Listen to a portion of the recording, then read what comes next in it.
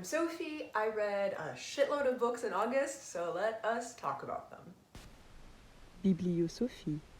I have to admit I've kind of been dreading this because I read 22 books in August and trying to talk about them all, it feels a little overwhelming. I say this every month, but this month I'm really going to try to hold myself to it.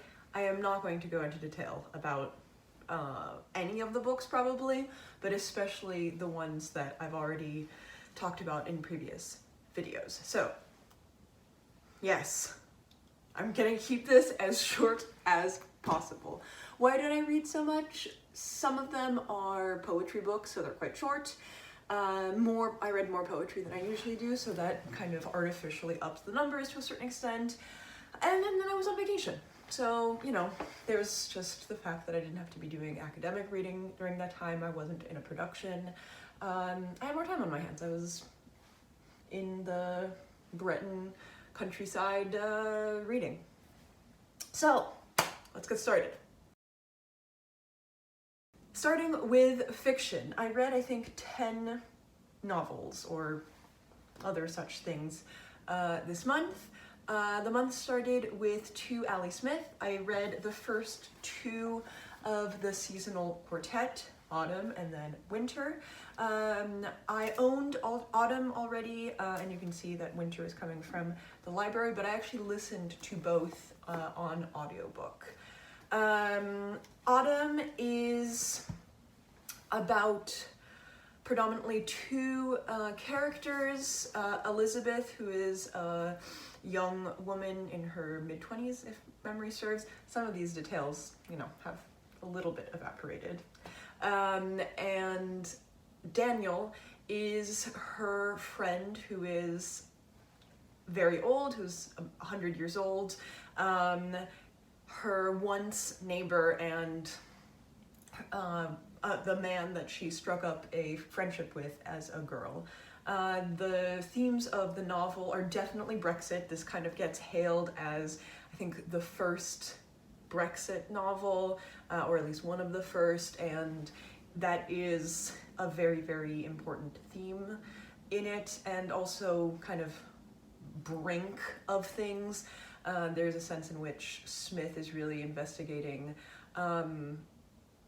Britain on the brink of a new life, potentially.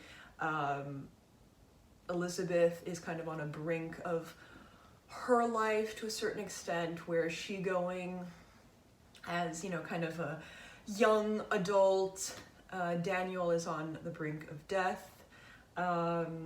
It's also about kind of the boundaries of things. So obviously geopolitical boundaries with Brexit, but the boundary between life and death.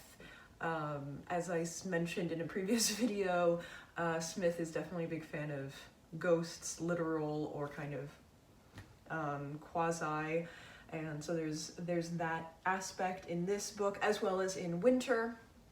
The past and the future. Who's looking ahead, who's looking back, again, geopolitically with Brexit and this kind of going back to a more insular British identity versus being part of Europe. Daniel representing really a whole century of British life and European life as well. And then Elizabeth looking forward. A lot of themes also of kind of bureaucracy, partially because, again, of Brexit, but kind of hospital bureaucracy. There's a motif in which Elizabeth needs to get a passport. Yeah, I quite enjoyed this one. I plan to finish the whole seasonal quartet relatively soon. I started what comes after winter, spring. I know the order of the seasons, and had to set it down. So we'll see. I might take a little bit of time before getting into spring and summer. But before that, there was Winter. Here we have actually really a foursome, a quartet of people. When I was writing down their names. I have a kind of cheat sheet for these novels. For myself, I realized just how symbolic their names are. Sophia and her sister Iris, Sophia's son Art, and Lux, who he brings home to Christmas dinner to his mother's to impersonate his girlfriend. So we've got Sophia, wisdom, Iris, the rainbow, the goddess of the rainbow, Lux, light, of course, and art. And it is Christmas, so, you know, it is the no, it is not the summer solstice, it is the winter solstice, it is the shortest day of the year, and Lux definitely is a representative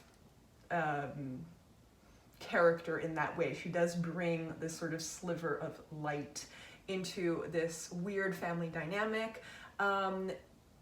It's built very much around A Christmas Carol, the Dickens. It starts with a quotation of that. God was dead to begin with.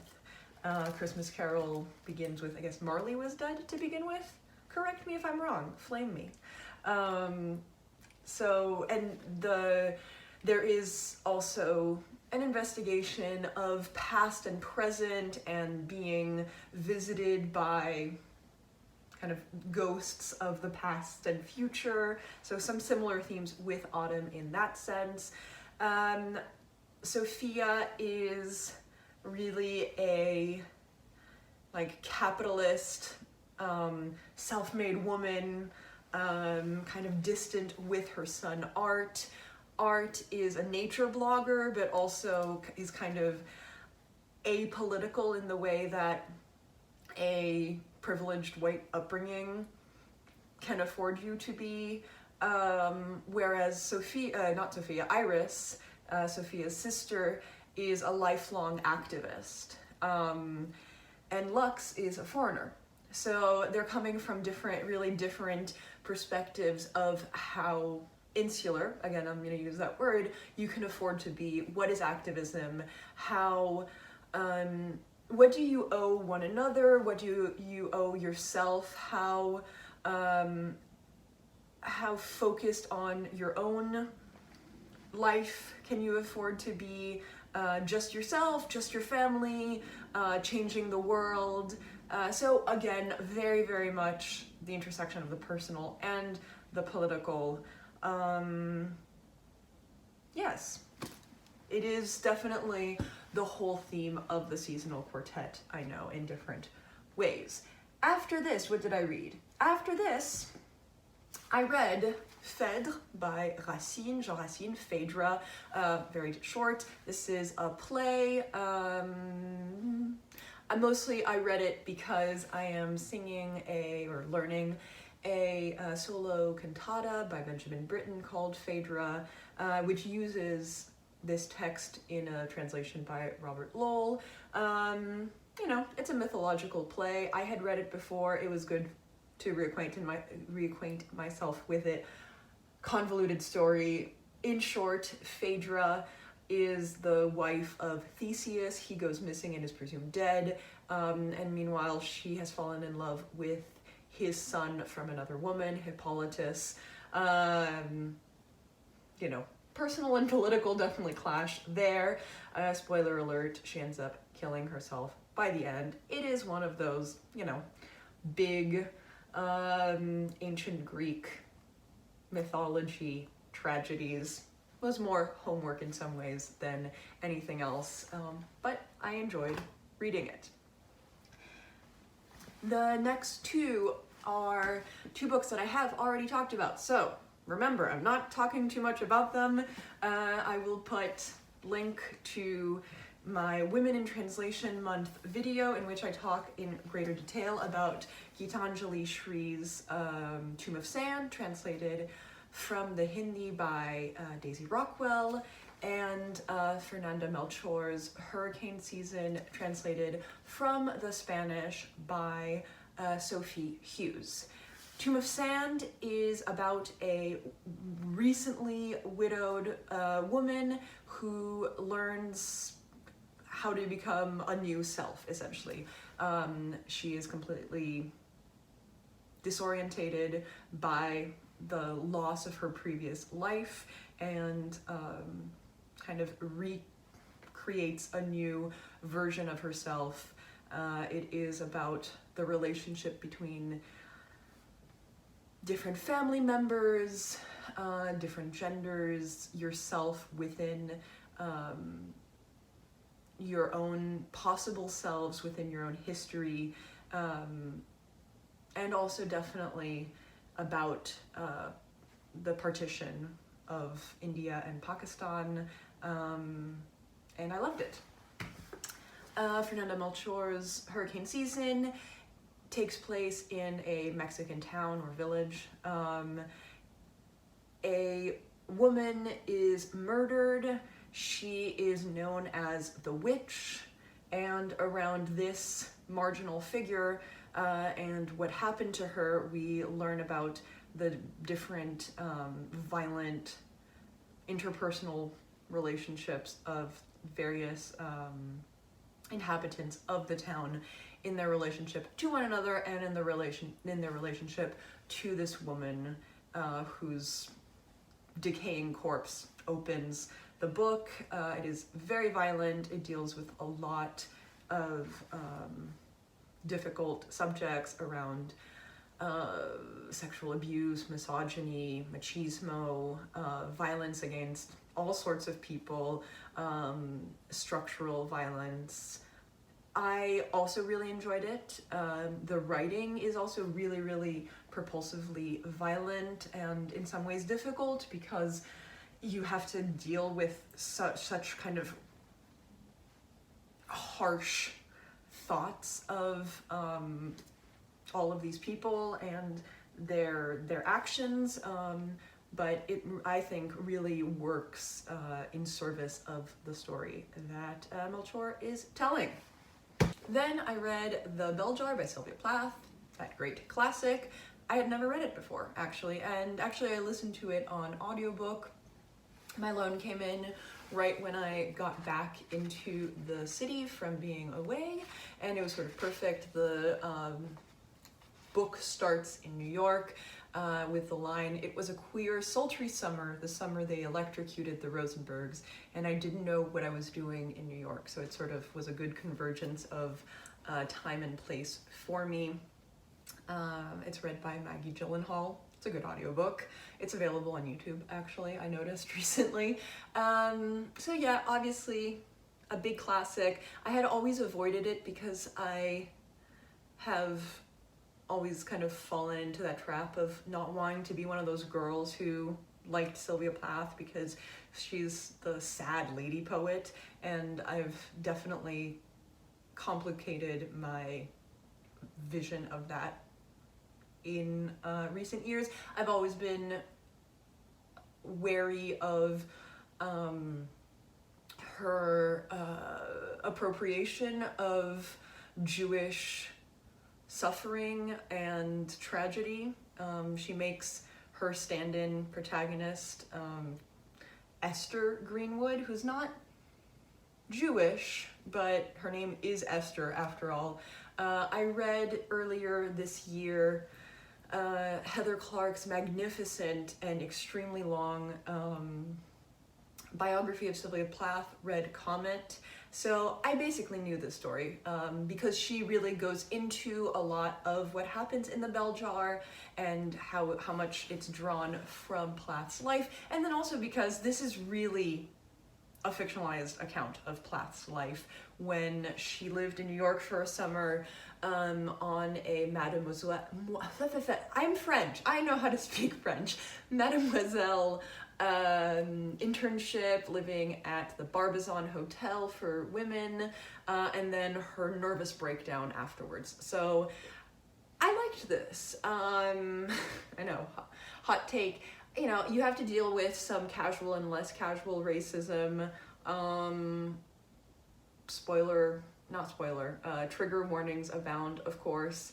But it really is very good and very modern in its writing style, and I was caught by how immature, purposefully immature, the voice is in a lot of ways. Plath didn't write this when she was 19, but she's able to capture the voice that she must have had then, and that the character definitely would have, of very, very learned and jaded in some ways, but also definitely young, which really struck me, and also the modernity of the youngness of that voice. Then I read The Mayor of Leipzig, which I talked about in another video with Ben. This is a really short, funny little novella about art, making art, being seen and seeing. Yeah, you should go to that video where we talk about it in depth. I could talk about this for a really long time, actually, even though it is so short. It is about an artist spending kind of a long weekend or a few days in Cologne and in Leipzig with her gallerist and the various people that she encounters in different kind of art criticism tangents, and about creation in general. Big recommend on that. I read Tar Baby by Toni Morrison, which I loved. I didn't know anything about this novel before. It's as part of my ongoing plan to read Toni Morrison's novels as much as I possibly can. And I didn't know anything about the story, and I loved it. It's so intricate and complex, and really avoids facile answers or facile viewpoints. It focuses on Jadine, who is a young, beautiful, educated, worldly Black woman who has been largely educated through the benevolence of a white older couple, the Streets, who employ her aunt and uncle as their cook and butler, respectively. And she has had this life as, you know, the kind of new next generation of the emancipated young modern woman, young modern Black woman. She meets a Black man coming from the United States who has had a very, very different life and who comes from a very different Black background. And they really butt heads in terms of what their goals for themselves, for the future, what their assumptions of what they owe themselves, what they owe Blackness or their family or Black community, what the world owes them, what it means to be Black, what is, you know, kind of the right way of being Black, how that intersects and interacts with gender as well. It's really a book about complicity and compliance. The white couple are actually really fully fleshed characters that we really get into the personal lives of as well, and inner monologues of, and so it's also about their, especially the husband's kind of good good white man-ness. He is benevolent, and he doesn't see race in some ways, except when it kind of comes crashing at him. So it's about the fable of this sort of artificial post-racial world, and in what ways that butts head against racial realities when push comes to shove. There's some really great, like, theatrical scenes sometimes between the characters. There's a couple of different climaxes, but there's one major climax at Christmas time. Yeah, we returned to Christmas where it's almost like Who's Afraid of Virginia Woolf, actually. There's just this biting fighting sometimes, and then making up, and no character being quite right, but definitely coming from not a place of being entirely wrong, and especially in the four black characters, kind of why they want to do the things that they want to do, why they prioritize certain things in their lives and in their belief systems, what really matters. So yeah, I highly recommend this. I love this old cover also. This is one of my favorite covers of the year in the books that I've read. Yes, I really loved it. After that, Walking on the Ceiling by Ayşegül Savaş. I read her second novel, White on White, earlier this year and really liked it. And this is her first novel, which I liked even more. I loved it, actually. It largely takes place in Paris. Our main character, Nunu, is from Istanbul, but has come to Paris and is sort of living this aimless life. She strikes up a friendship with an older novelist named whom she just names M, and the transaction of their relationship is really in stories. Her especially personal history, and of course he's a novelist, so their whole relationship is built on talking and writing and storytelling to one another. She begins to feel that perhaps she's giving too much of herself away, but also she's kind of using him to create herself, to create the story that she wants. So, they're both kind of using each other with the material of storytelling as that, both the thing purchasing and even just kind of the transaction fee and the means.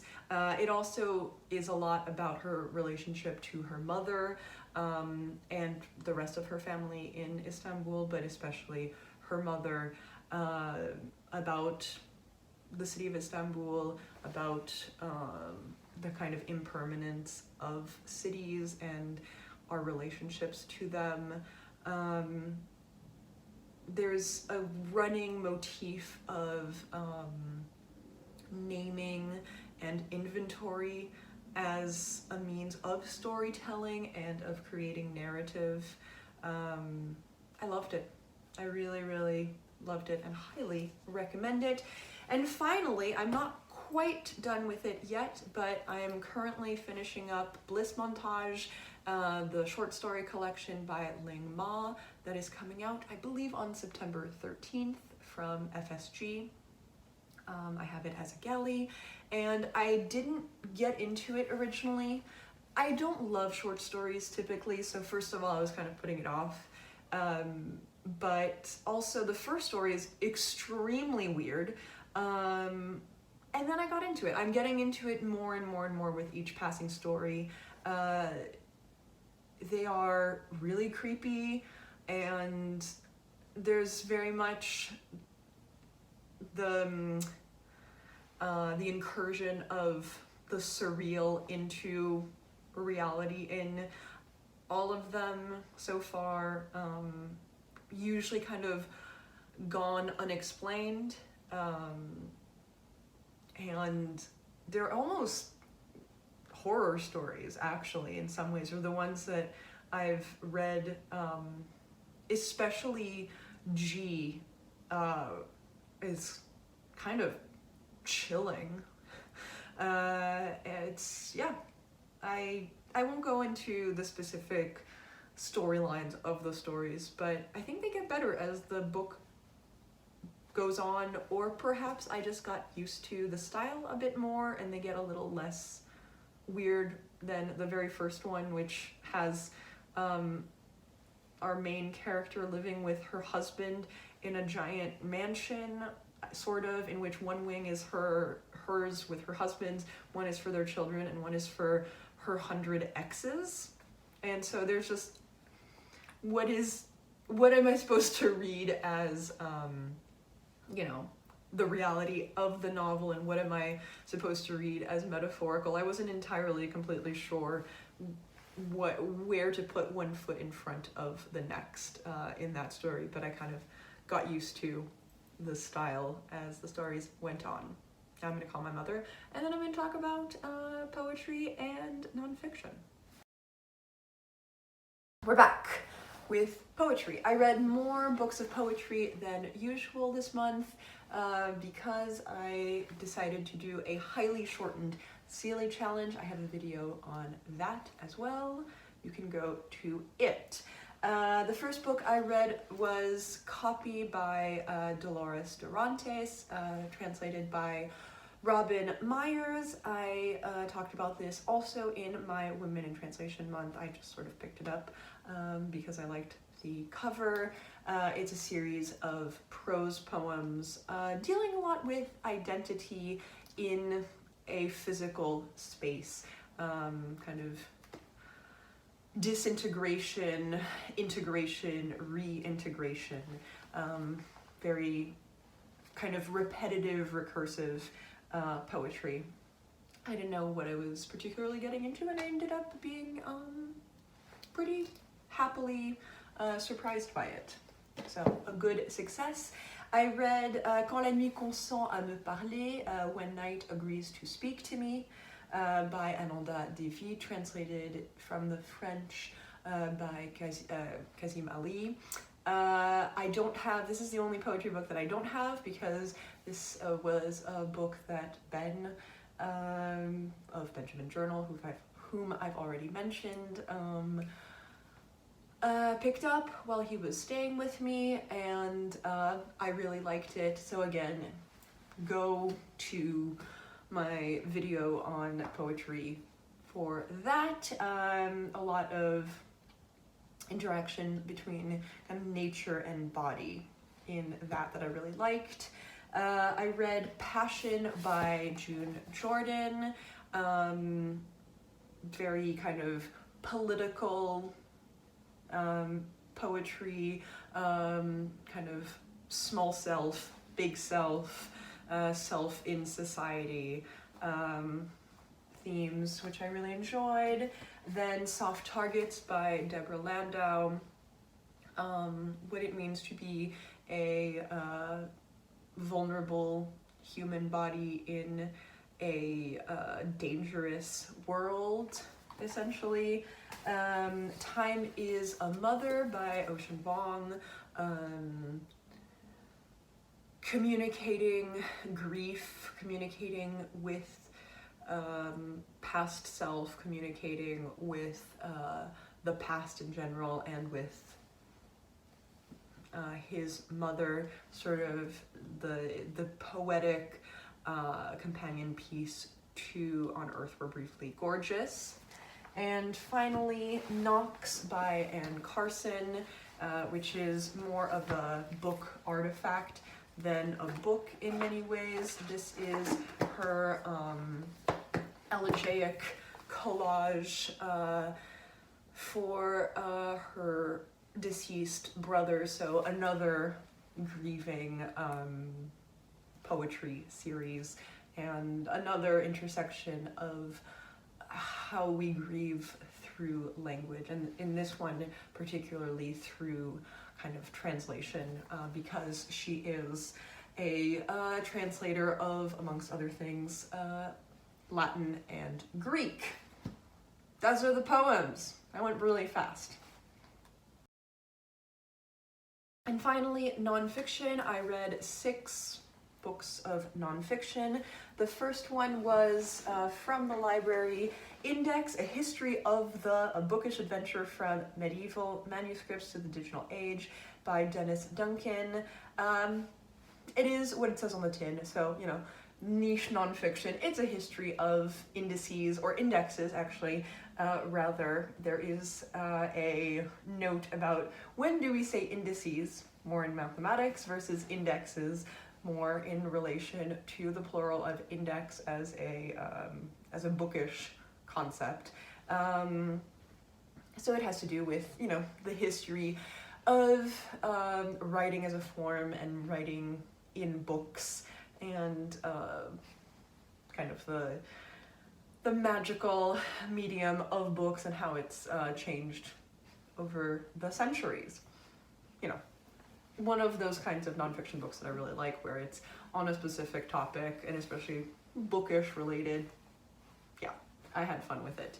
Les Années, or The Years, by Annie Ernaux, which is really her overview through memoir of the years of her life, about, you know, sort of the whole second half of the 20th century, from her childhood in rural Normandy in the 50s up through the turn of the 21st century.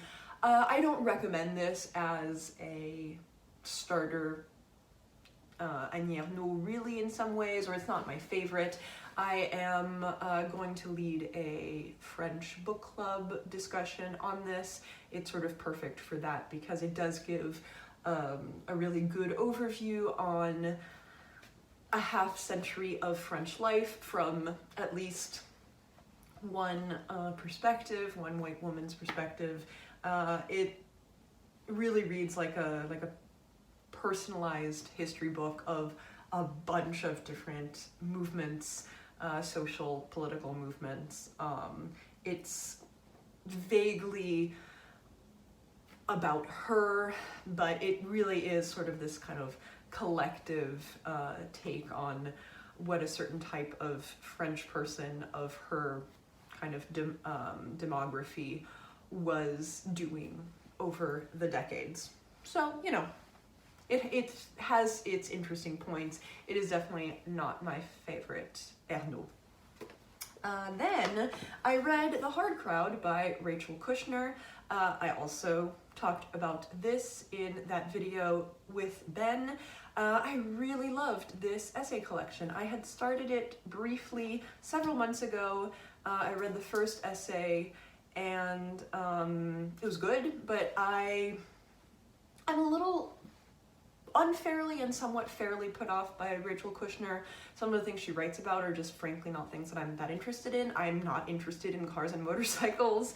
And a little unfairly, I always worry that she's going to be too cool and like too much like not the other girls for me, which I resent, and then I think also am somewhat jealous of. So I have this sort of a complicated relationship with her writing. I had never read her essays before, and I'm really glad I came back to this. I read this partially on audiobook and then partially with the paper copy, and really loved it.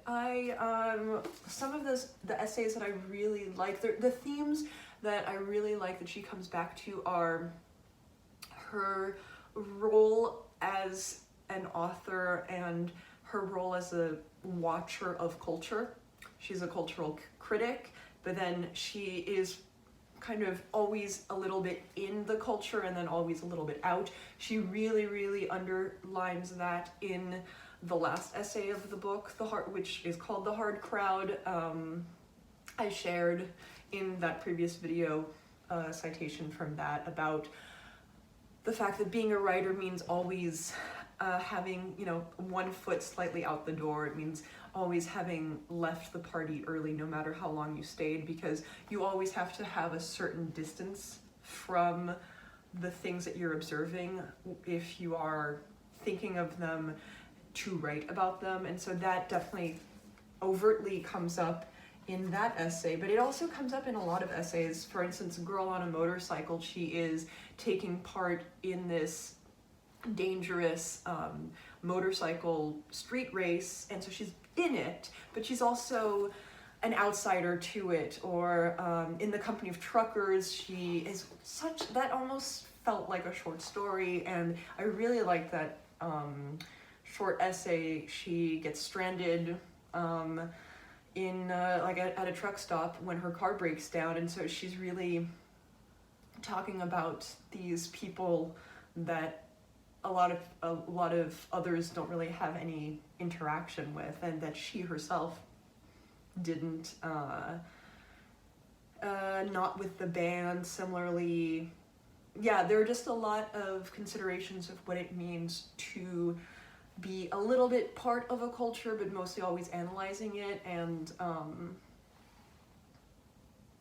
analyzing how it ages, and being either a self-appointed or appointed by others as a sort of historian of a cultural movement, which I really liked. Bad Captains is great, about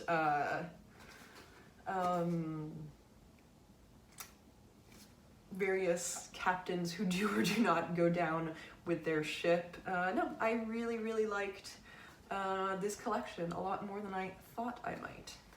I read Down Below by Lenora Carrington. I didn't like this. If you know anything about me or this channel, you know I'm a huge Lenora Carrington fan, or specifically The Hearing Trumpet, her absolutely magical novel that I utterly fell in love with earlier this year. This is about her time being institutionalized in 1940, if memory serves, after a psychotic breakdown. She is institutionalized sort of against, well, no, actually against her will, in Spain. And I didn't know really what I was reading, quite honestly. It has some interesting aspects of, you know, what can you trust about a narrative? She recounted her time there several years later. 3 years later, I think, is when she first really wrote in a series of dated entries. Let me check. Yeah. Over the course of several days in 1943, she wrote about her time 3 years earlier, and then over subsequent decades, different versions of that text kind of came into existence, and it was upsetting and weird, and not in a good way for me. I actually really like the introduction by Marina Warner. It gives a good short introduction to who Lenora Carrington is, and a little overview of her kind of weird life as a late early surrealist, the kind of youngest of the surrealists, the lady surrealist, and kind of what that means. There's one quotation from that intro that I really like, and kind of goes into Down Below. A lot of people want to make me into gossip, she said, and it's missing the point of anybody to make them into gossip. So there is, you know, I respect the theme of not being able to pin down a person's experience into one neat narrative, but yeah, this is more for the completionists out there than you know, required reading on its own merit.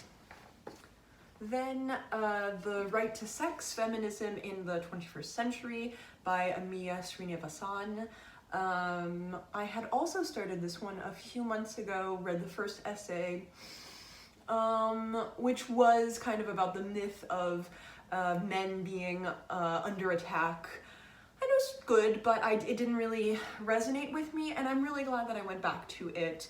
I really also liked this essay collection on matters of sex and sexuality and feminism as it's complicated in our current understanding. There is a really long central essay and kind of answer essay about the right to sex. What does that mean? And it doesn't have easy answers. Same thing with incels and the history of that, and consent. So she really delves into aspects of feminism in a way that refuses to be facile, in a way that refuses to be neat. And a lot of things were things I already knew about, but weren't too introductory, and I think it would be a good introductory text nonetheless, even if you haven't been reading about some of the issues of,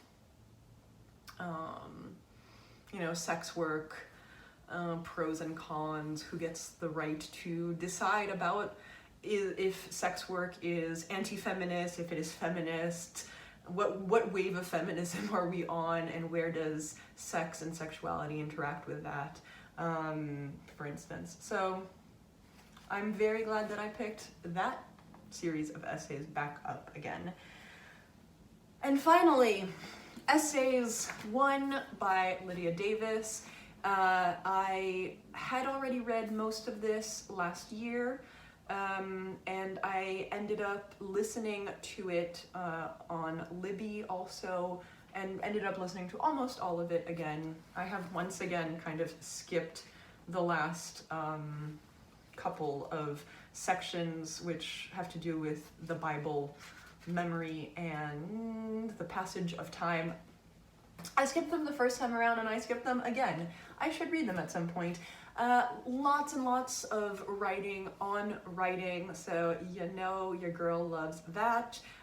Writing on translation. I sort of picked this back up partially as a result of Women in Translation Month. I was also making my way through parts of Essays 2, but the reason why I almost entirely reread this book was that I was listening to it on audio.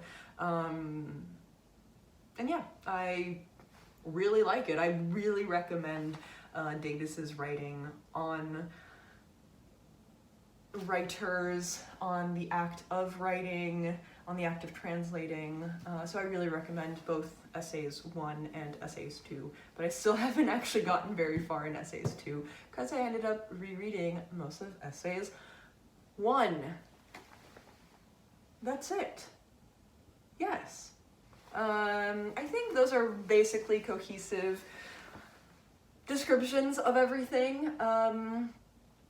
I'm sure that I will be reading less in September. I started up school again this week, and I will now be reading as part of my seminars. So I'll have a couple hundred pages of required reading on a weekly basis, and therefore presumably I will be doing less non-required reading.